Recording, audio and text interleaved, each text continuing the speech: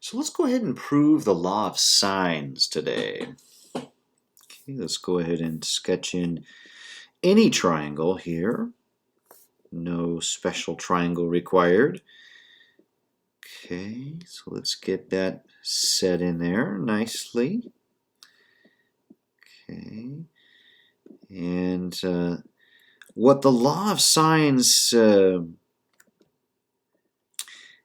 purports, it's a three-way statement, okay, and we're going to go ahead and give the claim and then demonstrate the proof here in just a second. Okay, so what I'm doing is I'm sketching in the altitudes before I start the proof. Okay, I want to sketch in the altitudes of these triangles here. And I'll call this capital A, this capital B, and then over here capital C. The sides that oppose the angles will be denoted by the lowercase variants. And then the altitudes to each we will denote as follows. H sub A, so the altitude to side A. We'll denote this one here H sub C, and then of course this one here as H sub B. Okay, so we got our diagram. Now the claim is that the sine of big A over little a equals the sine of big B over little b is equal to the sine of big C over little c. That's what the law of sine states. All right, let's go through and try to prove it. All right, so I'm noticing that there's a three-way equality. And so, again, I want to establish area being equal to area being equal to area. I have a really convenient way of establishing three-way equality here. I can say that 1/2 base times the height is equal to 1/2 base times the height equals 1/2 base times the height. Okay, so conveniently, okay, we can do this. Now, notice I can multiply both sides by 2, and I've eliminated all the knowns, as it were. Okay, we have to now express this a little bit differently because we know that the statement in question that we're trying to build, this statement, we're trying to drive it with the fundamentals of mathematics.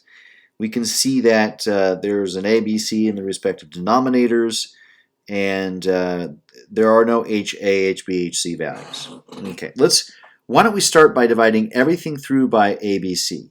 Okay, that'll get rid of everything out, all those letters in the numerator other than the H values. Okay, so if I divide this by ABC, I'm going to get H sub A over BC.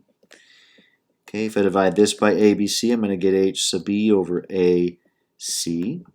And if I divide this by ABC, I'm going to get HC over AB. Okay, now, let's think about how I could find the sine of A, the sine of B, the sine of C. We know we're going to have to introduce those at some point. So let's go ahead and over here on the side, let's say, how do I find the sine of A? In terms of HA, HB, or HC, that would be nice. So A is this angle.